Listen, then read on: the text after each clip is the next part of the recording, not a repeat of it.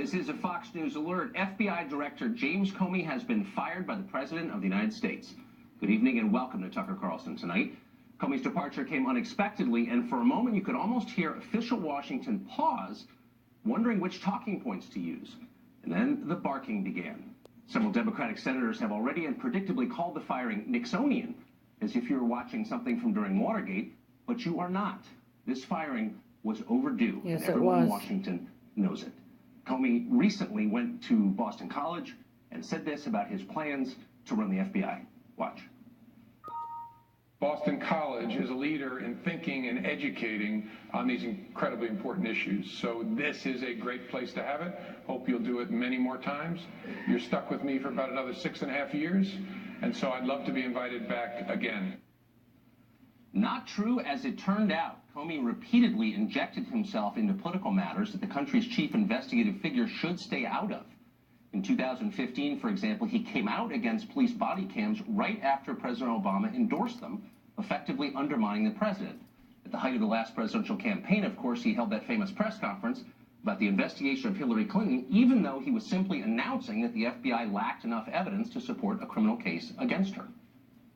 Although the Department of Justice makes final decisions on matters like this, we are expressing to Justice our view that no charges are appropriate in this case. Because you lied, you covered for her. I know there will be intense public debate in the wake of this recommendation, as there was throughout the investigation. What I can assure the American people that you're a liar. Is that this investigation was done honestly, no, it wasn't. confidently, and independently.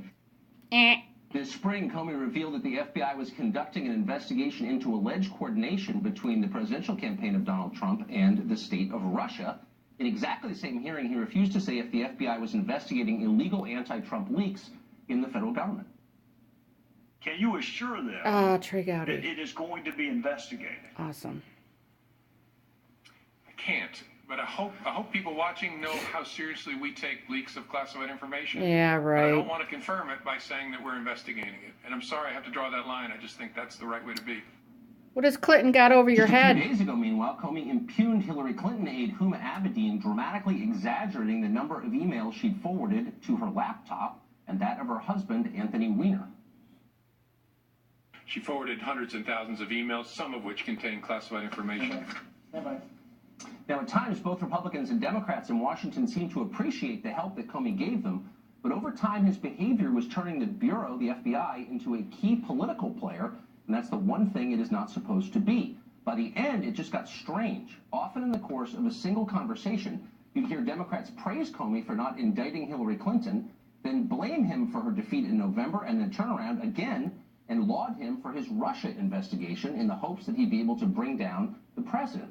Rarely has there been less principle on display in Washington. That's not all Jim Comey's fault, but he definitely didn't help. What this firing ought to remind us is that ultimately real power in a democracy resides with the voters. When unaccountable forces, whether they're at the CIA or Planned Parenthood or Exxon or the Department of Justice in this case, start making our biggest public policy decisions, we risk losing our democracy. Dictatorship by the unelected, that is the real threat to this country and our traditions. Let's be honest. This firing of James Comey was overdue, and everybody in Washington knows that. Comey was unfit for the office he held. The new president should have canned in the afternoon of the inauguration, but he didn't. Comey was too eccentric to run the FBI and too powerful for any of us to breathe easily while he was there. He wasn't Just that how powerful. powerful. Was James Comey? Let's put it this way. He was feared in a way that no appointed bureaucrat should ever be feared in a free society. Time and again, elected lawmakers on both sides came on this show and expressed worry and concern about his behavior, but they did so only during commercial breaks with the cameras off. Why? Because they were terrified at the prospect of criticizing him in public. They certainly don't have that fear of the sitting president of the United States, and that tells you everything you need to know about Jim Comey. Well, for more on the downfall of the FBI director, we're joined tonight by Fox News Chief White House correspondent John Roberts. Hey, John.